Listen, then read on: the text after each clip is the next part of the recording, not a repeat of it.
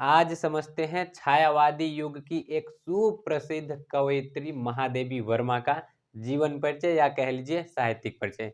जीवन परिचय पूछे चाहे साहित्यिक परिचय पूछे, इतना आपको लिखना ही है। आप अगर जीवन परिचय पूछे तो इतना लिखिएगा और आगे कुछ कहानी की तरह बता रहे हैं उसमें से जो याद हो जाए वो। साहित्यिक परिचय में आपको इधर इतना लिखते हुए रचनाएं लिखनी है।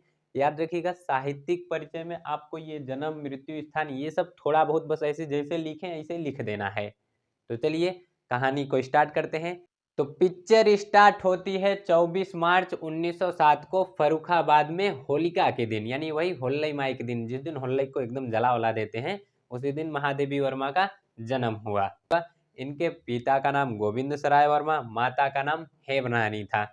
इनकी माता वो राम आएंगे स्वभाव की थी, यानी कि परम विदुषी धार्मिक स्वभाव की इनकी माता थी। सूरदास, तुलसीदास, मीराबाई, महाभारत, रामायण ये सब कहानियां पढ़कर महादेवी वर्मा को सुनाती थी। इनके नाना जी पहले से ब्रज भाषा के सुप्रसिद्ध कवि थे। इन सब का प्रभाव महादेवी वर्मा पर बहुत ज्यादा पड़ा। तो 9 वर्ष की आयु में ही इनका विवाह हो गया स्वरूप नारायण वर्मा से, जो एक डॉक्टर थे। ये इनकी प्रारंभिक शिक्षा इंदौर में हुई, उच्च शिक्षा प्रयागराज में हुई।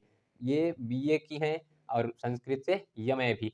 प्रयागराज में ही प्रयाग महिला विद्यापीठ में ये प्रधानाचार्य के पद पर रही और इन्हें उत्तर प्रदेश विधान परिषद की सदस्य भी रह चुकी हैं।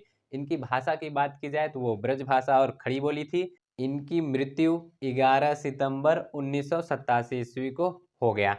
एक महादेवी वर्मा थी जो निहार, रश्मि, दीपशिखा, निर्जा, सांध्य गीत जैसी काव्य की रचना की। और एक आजकल की लड़कियां हैं जो इंस्टाग्राम पर कच्चा बादाम करेंगी, या तो एक आखो कोई वीडियो पोस्ट करके कहेंगी लोग प्यार में पागल होते हैं, हम दोस्ती में पागल हैं। चलो भला इतना तो पता चला कि तुम लोग पागल हो।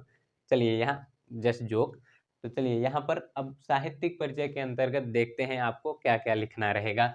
तो पहले लिखेंगे कि छायावादी युग की कवयित्री। देखिए ये जो कवयित्री शब्द है कभी कभी ये आ जाता है शुद्ध अशुद्ध में।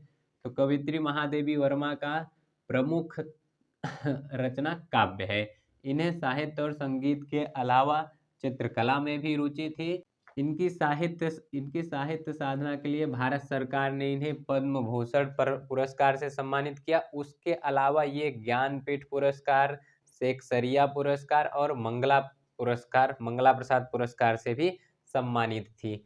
ये एक चांद पत्रिका का संपादन की, जिससे ये महिलाओं को उनके अधिकार और उनकी स्वतंत्रता के प्रति सजग करा सकी, जागरूक करा सकी सबको।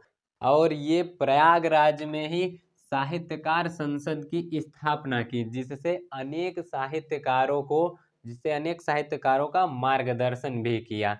इनके काव्य में वेदना की प्रधानता मिलती है। अब साहित्यिक परिचय में आपको लास्ट में लिखना रहता है साहित्य में स्थान। तो साहित्य में स्थान मतलब एकदम तारीफ लिख दीजिए साहित्य में इनको क्या क्या कहाँ कहाँ तक की उपाधियां मिली हैं। तो देखिए साहित्य में स्थान में ये छायावादी युग की कवयित्री हैं। इन्हें बृहद चतुष्टयी यानी जो 4 ठो फेमस फेमस कवि हैं, पंत, निराला, प्रसाद और महादेवी वर्मा, ये इनके अंतर्गत आते हैं। और ये सर्वश्रेष्ठ गीतकार थी। साहित्यिक अभिव्यक्ति इनकी एकदम अद्वितीय थी, लाजवाब। इस तरह से कविताओं के पक्ष को रखती थी कि लोग मोहित हो जाते थे सुनकर। हिंदी साहित्य में इनका गरिमामयी पद ध्रुव तारे की तरह अटल है। बात की जाए इनके रचनाओं की या कह लीजिए कृतियों की, तो उसमें आता है अतीत के चलचित्र, स्मृति की रेखाएं, इधर हैं निहार, रश्मि, नीरजा, सांदगी, दीपशिखा। तो ये सब महादेवी वर्मा की रचनाएं हैं। तो देखिए महादेवी वर्मा से कुछ प्रेरणा लो आजकल की लड़कियों, झगड़ा झगड़ी इंस्टाग्राम राम छोड़ के तनिरा कुछ लेखन शैली सुधारो। देखिए एग्जाम में एग्जामिनर से नंबर पाना नहीं है, छीन लेना है। और ये तभी होगा जब आप कंटेंट 1 नंबर का लिखेंगे, एकदम बेस्ट से बेस्ट क्वालिटी का कंटेंट। और वो आपको इसको पढ़कर समझ में आ जा रहा होगा। 80 शब्द के अंदर ही या कह लीजिए 85 से 90 शब्द के अंदर ही इतना बढ़िया कंटेंट ढूंढ लीजिएगा। और नहीं मिले तो इस चैनल वहाँ पर चेक कर लीजिएगा। इसका जल्दी से खुद झेरॉक्स कर लीजिए। तो आई होप ये सभी आपको अच्छे से समझ में आया होगा। मिलते हैं अगले वीडियो में, तब तक के लिए जय हिंद।